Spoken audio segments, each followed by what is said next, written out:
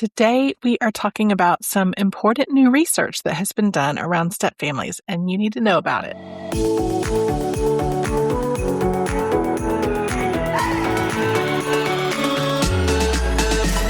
I'm Cameron. I spent years building my career and creating a life I loved. And when my Prince Charming finally showed up, he had 4 kids in tow. Fast forward through lots of mistakes made and lessons learned, stepfamily life was much more complicated than I realized. If you're looking for help with blended family life, you're in the right place. Welcome to the Stepmom Diaries, where we keep it real as we dish about all the things. This is your weekly dose of blended family inspiration and encouragement. You're not the wicked stepmother, so let me help you find your fairy tale ending.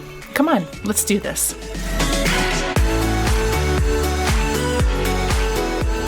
Welcome. Today, I am talking to someone I've had at the Stepmom Summit as a speaker in years past, and she may be coming back this year, although I haven't announced the speakers yet.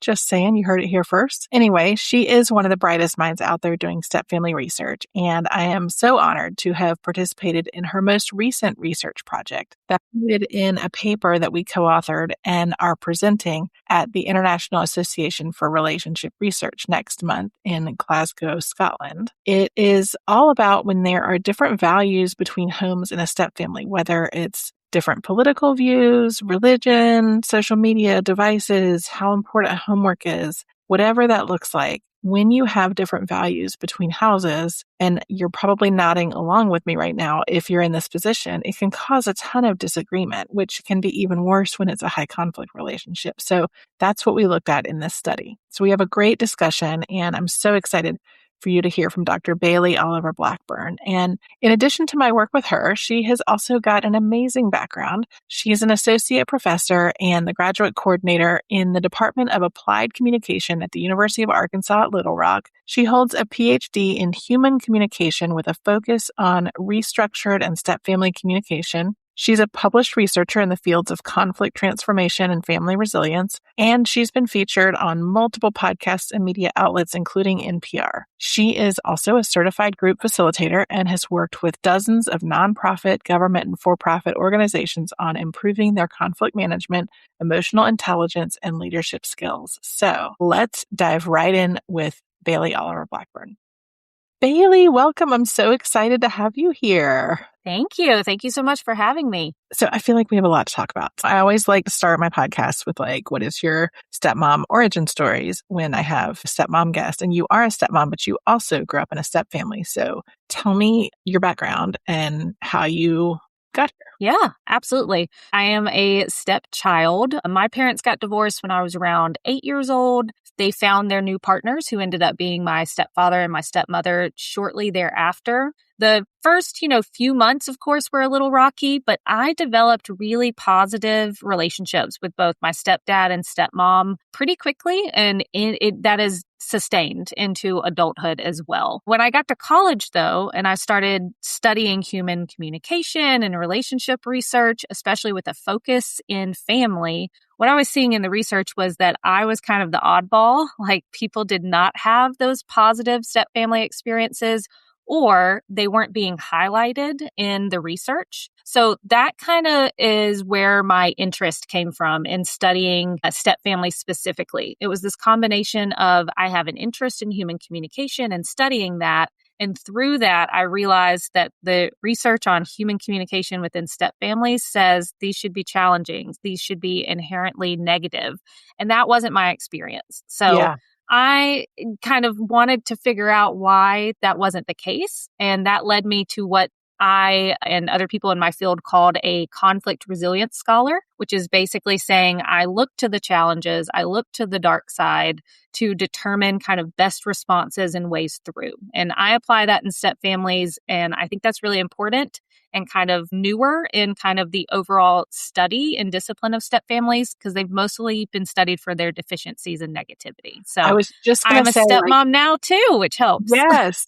Yeah, you got an additional, insight into this when you became a stepmom. But I was just going to say, I love that you and some of the other folks that we know are really focusing on these issues through a strengths-based lens versus through a deficiency lens, because I think that that's how it had been up until, I don't know, like the last 10 or 15 years, maybe. Like, I feel like it's been for recently that it's sort of transitioned. And I think becoming a stepmom helped me emphasize this a little bit more because, I mean, as the people in your organization and people you talk to all the time, especially stepmoms, they are constantly wanting additional help, wanting Yeah. additional insight, wanting additional information.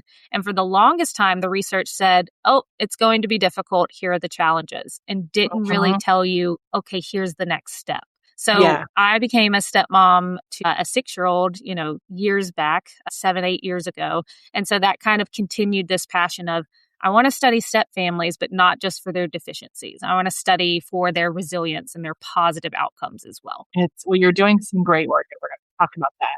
But I'm curious because I've known you for a while now. When you became a stepmom, and you've been working in this space, and you grew up in a step family, like what, from a research perspective, what are some things that your step parents did really well that you decided to carry into your role? Yeah. So I will tell you, they were not out of the ordinary, like crazy things. They were everyday, mundane things that when you look back, especially as you get into adulthood and you're kind of reflecting on this home life that you just left, or like me, when you transition into that role that they were serving as like a stepmom, these are kind of just like everyday things. For example, my stepmom, who was quite younger than my dad. And I've joked about this before, but my sister and I blame the Lindsay Lohan version of Parent Trap coming out around the same time we had, a stepmom. But we were quite cold to her, sometimes Yeah. mean to her in the first few months because we thought that that's what we needed to do, that like we should immediately kind of say, this is something that we need to argue against. It's a change. Therefore, that must mean that it's bad. But she continuously tried to meet us where we were, which was she needed to be our friend. She needed to at least be seen as someone that we could trust, that we Yeah. could talk to. And she spent a lot of time talking or just spending time with us, talking Yeah. about interest, talking about things we had in common. She was really the first person that we could talk to in a parental way about boys, about sex, about things that, you don't want to come to your mom or your dad about. So Yeah. it was kind of those everyday, just willingness to be open, willingness to meet us where we were as a friend before, of course, that eventually developed into more of a, this is my parent, this is a parent. And my stepdad did that really well through his actions more so. So being at every volleyball game, making sure everyone knew that his daughter, even though it was his stepdaughter, were on these sports, talking about me to people in the community and about, my sister. So it was those everyday kind of communication actions, some more through dialogue like my stepmom, others through actions that my stepdad did that made me first see them as a supporter who I can talk to, as a friend. And then eventually that developed into, okay, this is my protector. This is my parent. This is my guide as well. So not anything out of, left field that takes extraordinary effort. It was more so those everyday communication cues. But that's exactly what we now know. I mean, now the research is there that bears out that those are the things that matter, right? Is that you can kind of establish that bond with the stepchild and be a safe place for them that is not trying to replace a parent. You're, additive versus, and I think that's amazing that they sort of instinctually did that because I don't know that that was always the case, back when we were growing up, right? I was also a stepdaughter. It definitely wasn't the case in my family. Exactly. And I think that's a superpower that step parents have that they don't always know that they have the ability to do. Example, I did not feel comfortable, of course, talking to my parents about boys or sex or anything like that. But my stepmom was seen as less parental, so I could have those conversations. Yeah. And you've probably felt less judged. Exactly. And when I got into trouble in high school, I remember, riding home with my stepdad one time, and he told me a story about how he messed up in high school and how it was very similar to his experiences. And I think I believed him, and he was speaking truthfully, but I think I believed him that we had similar experiences more so because it wasn't a parent just trying to teach me something. This was a parent and a friend. And I think that's something unique that is about the step parent role that we don't always think about or value as much, but you hold kind of that, yes, I'm a parental figure, but I also have kind of this inside perspective of you can talk to me in a less parental way at times. And that can actually be beneficial, especially if you're, raising children across adolescence. Yeah, I mean, there's a real opportunity for step parents that like understanding how difficult the role is and how challenging the dynamics can be. And especially when, you have a high conflict household on the other end, Right. there are so many dynamics there, but there are also a lot of opportunities to really play an amazing role in the lives of Yeah, these kids. completely agree. Well, let's talk about some of the things that you and I have been working on together because we've been cooking up Yeah. some really interesting things, and I wanted to bring you on to tell everybody about them. So you and I worked together on some research that was accepted at the International Association for Relationship Research conference this summer in Glasgow, Scotland. And we are working it up for writing it up for publication. But before we get to that point, we are going and presenting this research in Scotland. And you were gracious enough to let me play a small part in this. And I'm so grateful and also so excited about it. So tell everybody a little bit about what this project is and what it's all about. Yeah, absolutely. So, up to this point, we know a couple things about step families. We know that they have unique challenges. We know that communication can help them in responding to these challenges, that using communication can actually help you develop resilient and positive relationships despite these challenges. We also know that co-parenting relationships are really essential to the overall development of your step family. For example, how well your various co-parents co-parent, biological step, and how well they communicate with one another actually has a direct impact on child well-being and adjustment. So we know those things are there. We also know, lastly, that a co-parenting relationship may be especially challenge-filled or difficult or strained if you're trying to co-parent across households or co-parents that have very divergent beliefs and value systems. And existing research has said, that probably exists, but they haven't taken that next step of studying it explicitly. And so when you're talking about divergent values, what does that look like? How does that play out between households? Yeah. So divergent values and belief systems were what we were really focused on. So kind of this idea that you're raising a child across kind of two different realities. And when we were advertising for this, when we were recruiting participants, we basically said, are you a parent within a step family? So biological or step. Are you currently raising a child who lives at least half time in your residence? So you have either split or full custody of them. And do you perceive your household as having quite different values or belief systems from the other household? Those are kind of the requirements to participate. And when we describe divergent values or beliefs, we said, these can be the big ticket items, different religions, different political views, different, social justice views, or this could be different health views, different views on parenting, different views on how you raise a child and differences in child rearing there. So that's what we meant by divergent households, is the kind of a child is navigating between two households and being raised by two different households that don't have a lot of overlap when it comes to their values and belief systems. Yeah. So how did you get interested in doing this? So when it comes to this study, we wanted to basically do three things. We wanted to figure out, okay, what are the challenges that exist for co-parents across divergence? Two, how do parents kind of try to establish their own values and beliefs and raise a child within their own household with these established values and beliefs? And then lastly, and what's probably most importantly to our research was, okay, how do co-parents try to preserve their co-parenting relationships, or at least try to kind of prevent some of the negative impacts of divergence on their children? And how do they use communication through that? So the reason I say those goals is that they kind of match with this understanding that most of us probably have, which is it's become pretty apparent over the past 10 years or so that divergent values and beliefs are impactful to close relationships. Absolutely. People are, cutting out family members. This was especially true in the US when it comes to political polarization.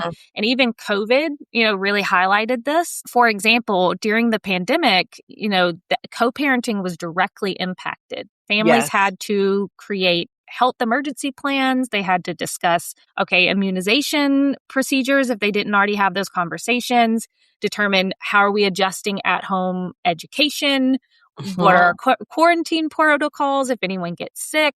And each of these challenges, in order to navigate them successfully, requires cooperative co-parenting communication. And we already know from research that that communication is more strained or experiences more challenges because it's a step family having to navigate these challenges. And some scholars even speculated, but didn't explicitly study, that those co-parenting challenges probably increased familial stress related to the pandemic. So that was kind of where the interest came from, is kind of this combination of polarization and the pandemic have kind of highlighted the impact that a divergence in beliefs and values has on how a household communicates. And therefore, what's the impact that has on raising a child who's having to navigate between those two different realities? And it's something, just as a coach, that I see all the time with my clients. I mean, it is so hard when, especially in the high conflict situations, which we'll talk about in a minute, but like when you have a household that, say, really believes strongly in vaccine, talking about COVID, really believes strongly in vaccinations, and then the other household doesn't, or, religious. I mean, I've seen it a lot in kind of the inclusive values, where one household feels really strongly about, being accepting and inclusive of everyone, regardless of, the sexuality or gender or race. And then the other household maybe doesn't have those same values. And I mean, it really does place a lot of additional stress on the kiddos and on the adults trying to navigate it too. We already know in the research that one of two of the biggest challenges for a child is loyalty binds. So, trying to be loyal to this household and this parent versus this household and this parent, not wanting to feel caught between those two experiences, and also just purely being confused about what their own values and beliefs should be, because they're hearing these two different things from their two most trusted, parents, biological parents, or four step parents. So this was just kind of we know the research was leading here, but research hasn't explicitly studied, that there are divergent beliefs and values. How is that additionally impacting your communication and therefore your child's well-being? I know when we were going through the research and working through this together, you and I both were struck with a couple of things that surprised us. What was the biggest thing for you that surprised you when we were going through? Yeah. So given what kind of led me to be interested in this study, I think I assumed that political and religious differences were going to be the most common challenges, because our first goal was, what are the challenges that are posed to co-parenting when there's this divergent? And these, of course, were present. People talked about exactly what you were just referencing, like religious differences, political differences, in acceptance and divergence. And we also had those diversity, but we also had those, divergent views on health.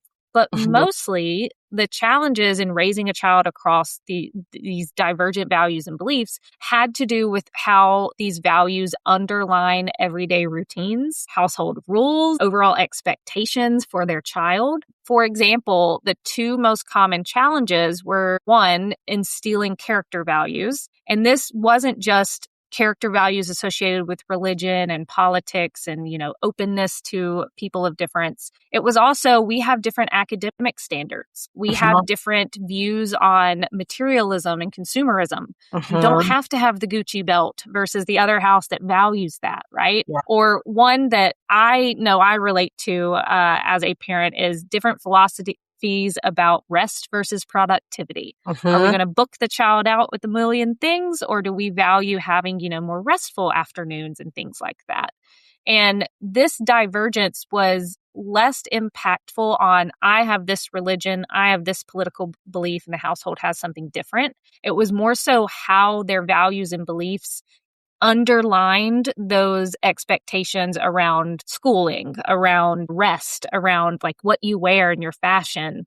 And that also connected, of course, to the rules you have within your household as well, right? So what are your bedtime routines? That's different across the households. And so that causes some challenges.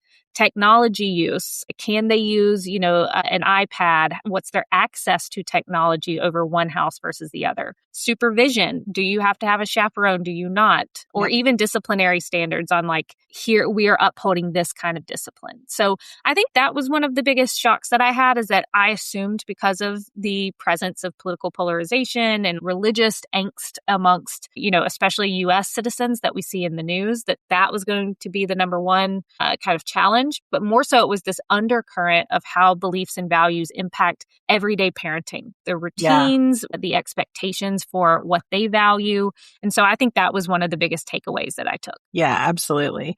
I thought it was interesting also. One of the things that I took away was the level at which conflict played into it. And I mean, we had a number of families that you interviewed that were experiencing that high conflict dynamic. And I think that was something, and that was going to be my next question, is what kind of research do you think this leads to next? And what should, what's the next step? But I think you and I both have talked about the need for maybe more research around the high conflict dynamic and these different values. And I can speak to that. Absolutely. So Yeah. I think one of the most important aspects of this current research in our findings that we found was just the additional communicative labor that parents within a step family are strategically, purposefully doing to hopefully ensure that their child is not feeling so caught between households or not feeling so confused. And parents that we talked to were really creative in how they went about instilling their own values and beliefs in their children without making them feel like they had to choose. For example, one of the most common value-based parental communication practices was simply open discussion. But parents were really strategic in, I want to open up dialogue. I want to discuss as a household our values and beliefs without saying, hey, sit down, we're going to talk about our values and beliefs. They had value-based conversations. They played games. They did family value setting exercises. They, had structured activities like conversation cards to prompt these conversations, or just everyday conversations at the dinner table about what happened today, tell me about today. And the point of that was to learn something about their experiences that then can prompt conversations about values and beliefs. So instead of approaching it as, hey, I know your mom on the other side has these very damaging views, here's why that's wrong. It was more so, how can we bring up conversations about what we have control of, which is what's happening in this household about our values and beliefs. And when people did, because we did find, that every once in a while, kids would say, hey, mom called you a crazy hippie liberal. What does this mean? Or I heard something that was completely the opposite of what we do in this house. What do I do? They oftentimes used a practice that we titled as redirection, which was they redirected that attack on them, their household or their values, back to what they value instead of attacking the other parent or the other household. So if that kid did come up and said, hey, mom says that you're a crazy hippie liberal, the response wasn't, well, your mom's wrong, here's why. It was more so, well, when you hear that phrase, like what comes to mind? Or some people might think that here's why we value what we value. Right? So instead of placing this blame and characterizing and disparaging the other house, it was, how are we going to pivot this to a conversation about our own household values and interests? So that additional communicative labor was what I hope specifically additional research looks at, because I don't think especially step parents get the credit for the additional labor that they have to put into just existing within their household, right? I have to be more strategic about my communication. I have to inquire a little bit differently out of my child. I have to be careful not to disparage the other house because that harms my child. I have to do this administrative work, like putting schedules together and making sure that I have all the dates. So I hope future research looks to how communication is the pivot, that is like how they accomplish this, and highlights this additional labor that co-parents are having to do. Yeah, and I think that's so true. And I think it's something that we talk about some, but probably not enough. And I think we need to really name it, that there is a lot of additional mental labor that Yeah. step parents have to engage in, just as you said, to exist within the family. I love the idea of doing some additional research around all of that. So what's the next step after this project? So one of the interesting things that we found in this research is kind of two different approaches that step parents and parents were taking in their co-parenting. Basically, we had almost half, if not a little bit more than half of our participants bring up on their own, not prompted, that they were having to co-parent in a hostile or what they identified as a toxic co-parenting relationship. What we found is the people who identified having to co-parent in kind of this toxic co-parenting relationship, they used different practices than those who said, I had a more cooperative co-parenting relationship. For example, those who have more of a cooperative co-parenting relationship, they oftentimes used group text. They, had the step parents and bio parents all in the same text to kind of discuss things, to coordinate things. That was not the case for toxic or high conflict co-parents. It was, you will only communicate with me about the absolute essentials, emergencies through emails. We are going to use the most neutral communication mediums that we can find, like apps, parenting apps like Our Family Wizard. And so we saw these kind of two different approaches. One emphasized more of like this parenting team. As co-parents, we're going to be a co-parenting team, which actually is a Don Braithwaite academic term. The other more so reflects a term that I'm sure many of your listeners have heard, which is parallel parenting. I am not going to interact or cross over this co-parenting relationship unless I absolutely have to. We are only talking about things we have to talk about, and we ignore each other, don't talk about the other side in any way, shape, or form. The research has not studied the impact that those different kind of approaches have. And they have actually not researched the impact parallel parenting has on child well-being and child rearing in general, despite many practitioners knowing that term and encouraging that term. So I think one of the next steps that I'm most excited about is hopefully me and you doing some kind of study that specifically looks at the experience of co-parenting in a toxic or high conflict relationship, because it's different. Your communication practices and pivots are going to be different, but the research hasn't said what those are yet. So that's what I'm hoping is the next step. Yeah, I love that. And I think, the parallel parenting thing is so interesting to me because in my view, we know that kids do better when there's less conflict in the home. So whether the parents are together or not doesn't matter. It's the level of conflict in the home. And so the idea behind parallel parenting is that it lowers the conflict in the home. And so you extrapolate that must be better for everybody, right?